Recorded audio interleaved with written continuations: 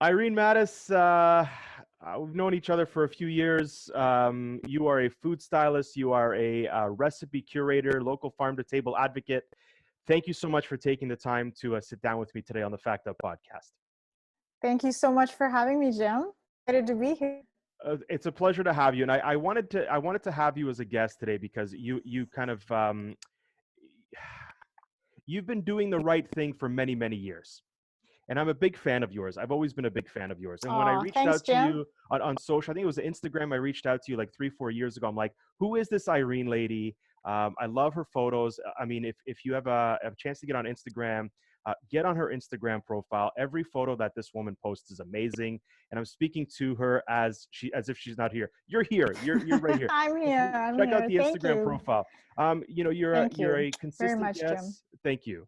You're a consistent guest on the Marilyn Dennis show. It's a national show here in Canada. You are busy on the farm every day. However, here comes a pandemic. My first question to you is, how are you coping? How are you kind of keeping on during this challenging time? So right now, there's still a little bit of work for me because I'm currently with Food and Drink magazine. I'm also with the farm because we have a number of share baskets being delivered. And by the way, Jim, I am so excited to mention that. So now we're actually delivering to 1,000 families. Wow. And we have over 250 shares. We have 250 people on a waiting list for Wow. these farm shares. Wow. So let me just, before I continue, I just want to give you a little background, give our audience a little background. Hmm. So I'm part of Plan B Organic Farms here in Hamilton. Been with them 5 years. I'm celebrating 5 years this May, so really excited about that. So we have a farm share delivery within the area where people can go online, pick what they want, local or imported share basket, and we do deliveries. You can customize your basket. So with this whole pandemic that has happened, a lot more people now are getting the food delivered to their home directly from the source, which is very exciting. So if anyone out there is looking to do that, right now our farm is a little bit with a waiting list, but there is many farms in the area, Hamilton area that are offering this service. So look into it and get on board because it's a great service to have, especially this time of year. With harvest coming up and many months of delicious food growing here in Ontario. That's So awesome. how am I holding up? Well, some days good and some days bad. Hmm. I'm a mom of 3 girls and a wife. So I have 2 girls here at home with me. So, with homeschooling and having them here all day, it is a challenge, especially for them. So otherwise, just keeping busy with cooking, developing recipes, especially for the farm on a weekly basis. Hmm. So that's kind of it. Taking walks out in the trails now that the weather is getting nicer. Right. Doing a little bit of spring cleaning in the garden around the house. Right. Taking it day by day, Jim. That leads me to my next question. Great minds, Irene. You've had a long Okay. day. Nothing's gone right, or you've been super busy. You haven't had a chance to yourself. What is your go-to meal? What's that comfort food meal? I think for me, it's a spicy arrabbiata pasta. Hmm. So basically just some San Marzano tomatoes, a little bit of chili, some garlic, some olive oil, sauteed a little bit, tossed with some pasta, a little bit of pecorino cheese on top. Bang, that's it. And a big slice of crusty bread Right. with some red wine, of course. Right. My Every go-to. every time we've gotten together, it's been a free-for-all conversation, and it's always revolved around food, right? Yes, Um, absolutely. and we always talk about the past. Take me back to Cyprus, Irene, in the 70s. Who are you watching cook? Okay. And what role did your childhood play, both in Cyprus and in Canada, when it came to becoming what you've become today, as far as not only personally, but professionally? So growing up in Cyprus, my family were farmers. My grandfather on my dad's side, my Papu Christopher, Hmm. he owned all the olive orchards in northern Cyprus. So growing up, like he cultivated olives, made olive oil. So we come from a family of farming and food. They've inspired me. The rule in our house growing up is we all had to contribute. So I spent a lot of time in the kitchen cooking with my grandma, my mom, my aunts. We have a tradition every year where we get together, whether Easter, Christmas, to do all the traditional cooking. So we were actually part of a war, and we came to Canada in 1979 as refugees. So when we came to Canada, after a few years, my dad started working in a restaurant as a dishwasher, then a line, and then eventually opened his own restaurant. So I've been, with the restaurant business and my dad for many, many years.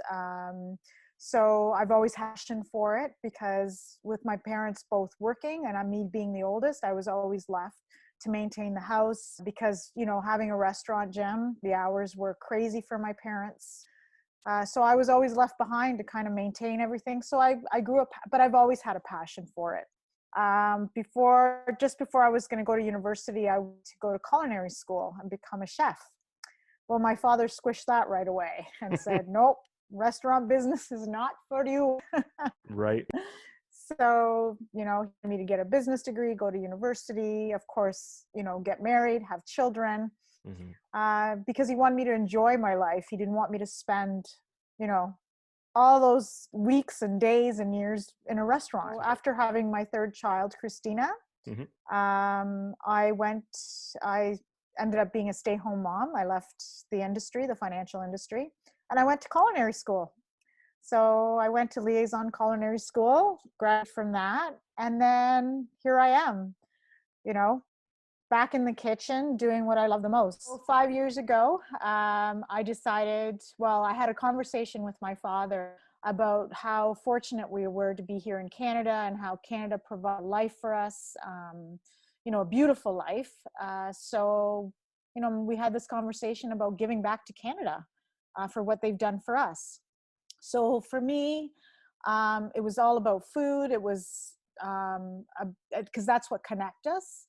And being a refugee, we spent a few years, being hungry or struggling, not having a lot of food. So I thought, what, give back to our farmers. And me being in that farming, my family, it was just the right fit for me. So I started interviewing a number of farms in the local area, because I'm from Oakville. So I needed something close where I could be here for the kids and get to it. So I interviewed a few farms, and I fell in love with Plan B Organics. They're located in Hamilton. Two family chili, Farmer Alvaro with his wife, Farmer Mel, and Farmer Rodrigo. It's about 50 acres. It's a plant-based organic farm. And, been harvesting, planting, cooking with the fruits of their labor for all the farmers and the volunteers for the past 5 years. And it's been amazing. It's been an absolutely amazing journey. Describe that unifying power that food has. It brings happiness. There's not, when you gather people around the table, there's always something to talk about. Joy, right? There's a satisfaction, a fulfillment, especially when you're talking about different cultures, different seasons, always people's favorites of what brings them together. So that for me is very important. The breaking of the bread, the sharing of a meal. It's true fulfillment and true happiness for sure. Great minds, Irene. Leads me to my next question. You mentioned breaking bread. Besides your family, obviously, you've spoken about your family. Obviously, they're the closest to your heart. Living or dead, who would you want to have? Who would you want to break bread with? 3 people. Oh my God, Jim, that's a tough question. I know it is. That's what I do. I ask loaded questions for a reason. Loaded questions. Can't be a family member, right? It's got to be. It can be. It's living or dead. It's anyone who you either would have dreamed to have met, still do, or wish they were still with us, either personally or someone who has been in a movie or a book. Whoever's inspired you. I think for me, the first and most important person would have been my grandfather, Christopher, my dad's dad. I was very, very young. he was a very wonderful and giving man in the community. He was just a town and community hero. And hearing stories from friends and family through the years, he just became a very big inspiration. And I see a lot of that in my dad. Mm-hmm. So, I think my grandfather Christopher would have definitely been the number one person that I wish I was still here today. I could sit down and just, have a wonderful meal with him. My number two, I would say Julia Childs. Okay. She would probably be another one. Mm-hmm. Love her story, love her concept of French cooking, funny, talented, creative. So she would definitely be a second favorite for Mm-hmm. me. Number three, someone who, let's see. I know the list is big. Hold on to that thought. If nobody's coming to you, hold on to that thought. Let me just blurt it out later on, right? You know what? I think it would be Robin Williams. Oh, Robin Williams. Well done. Yeah. I think for me, it would be Robin Williams. Just a sense of humor, joy. Loved all his movies, never got a chance to meet him. Right. So I think Robin Williams would definitely be a third. That's a great list. That's a great list. All together in one table, I can't even Oh, imagine that the would be conversation. amazing. That would be Right. amazing. Now, Marilyn Dennis, we mentioned Marilyn Dennis earlier. I mean, what does a Yeah. typical segment look like for you on the Marilyn Dennis show? And how has it helped you bring more awareness? And how has it helped kind of the industry in general bring more awareness to um, to encourage it to look more locally when it comes to supplying their own dinner table and their fridge? So I do two things for the Marilyn Dennis show. So my number one is I'm a food stylist for chefs that come and food experts. Mm-hmm. So I'll kind of give you a little bit of background of what that entails. Mm-hmm. So basically, when the food experts or chefs come on the show, beforehand, we get the recipes to look them over. We do all the grocery shopping and all the prep as much as we can at home. And then the next day, we're up very early, get into the studio, start prepping everything, and have everything ready for the chefs when they come in, just to do their segment. Mm-hmm. So it is a lot of work, but when you have a passion for what you do, it doesn't feel like work. So a few years ago, Dennis Show approached me about doing segments on food styling and farm to table. Mm-hmm. So I was hesitant at the beginning because I shy away from being on TV or in front of a camera, but I've grown more confidence with practice. So I think one of the most special things that had happened on the Marilyn Dennis show that has brought much awareness was we took the cameras to Plan B Organic Farms 2 years ago. So it was in the fall. It was me and Chef Clodagh McKenna, Mm-hmm. an Irish. I'm sure a lot of people know Clodagh. So we did a collaboration segment where the cameras came, Marilyn Dennis Show came to the farm. We went through the harvest. We talked about the farm. We talked about why I was there, how important our farmers are. And then Clodagh and I collaborated and made a farm to table meal for the entire farm, family outside. Wow. So that's been, that was amazing. So what that had done is actually expose me to a number of people on social media. Mm-hmm.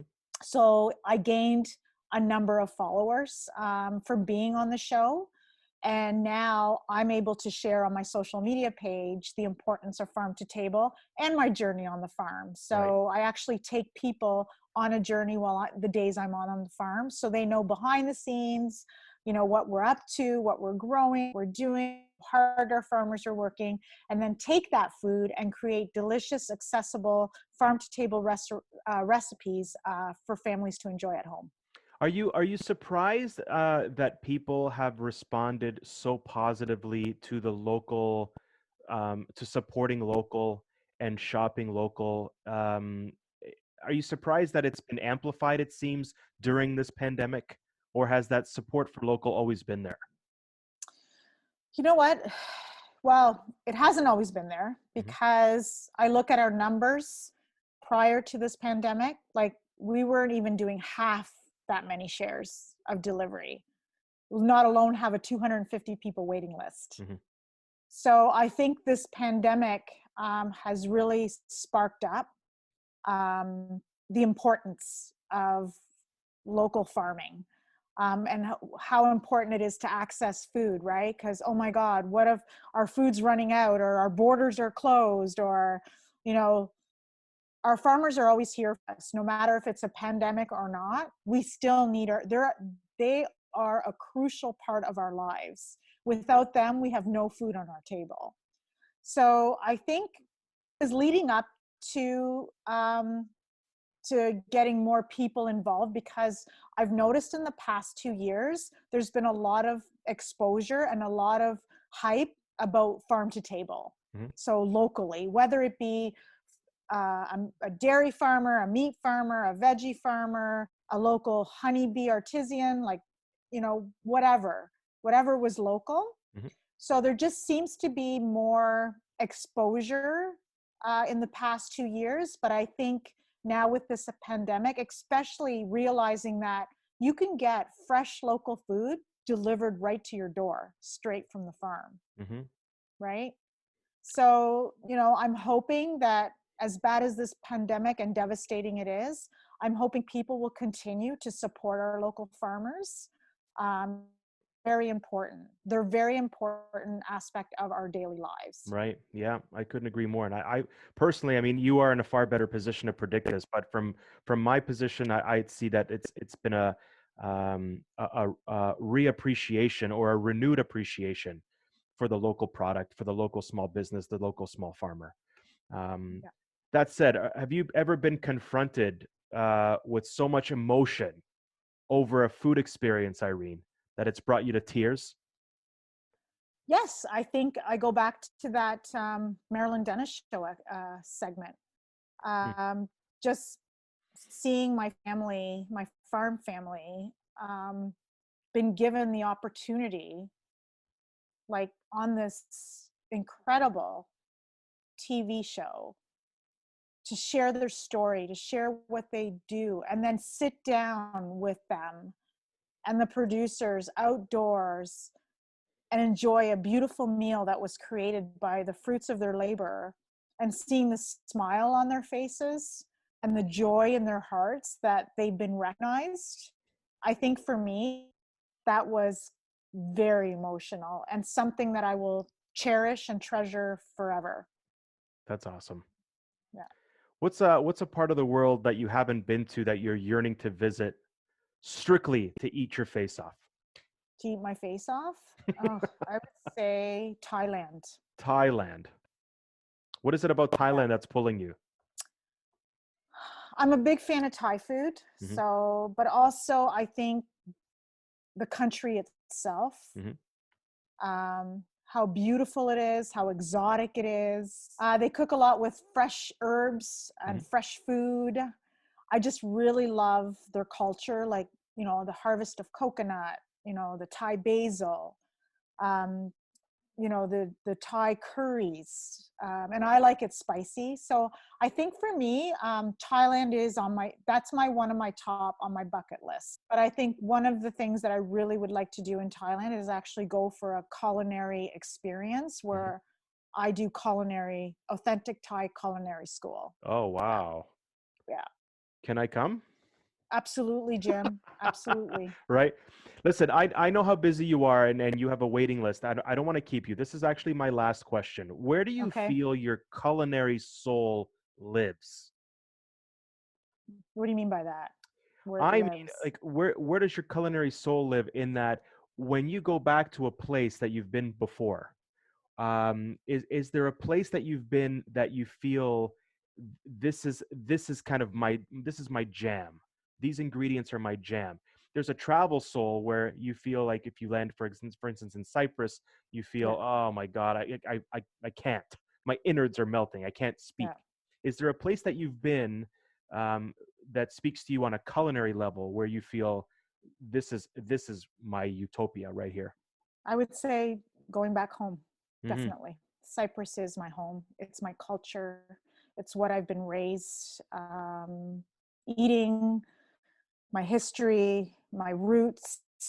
When I'm in Cyprus and I'm cooking on using those clay ovens, or going to the farm and harvesting those ingredients, picking olives from the olive trees, just everything. Like I just, you know, if I could go back and live in Cyprus right now, that would be, I would definitely go back. We try and visit every couple of years. And when I do, I take it all in, cooking all the time, just loving it. So that I would definitely go back to my home and to my root for sure. Irene Matys, you seem to be busier as time goes along. I thank you for taking the time, honestly, for joining me on the Fact Up podcast. It's always great to see you, and it's always enlightening and inspirational to chat with you. So thank you so much. Thank you, Jim, and this is an honor, and I look forward to breaking bread with you again soon. Thank you, and everyone in your world, stay safe and healthy. We'll chat soon. You too. Thanks, Jim. Ciao.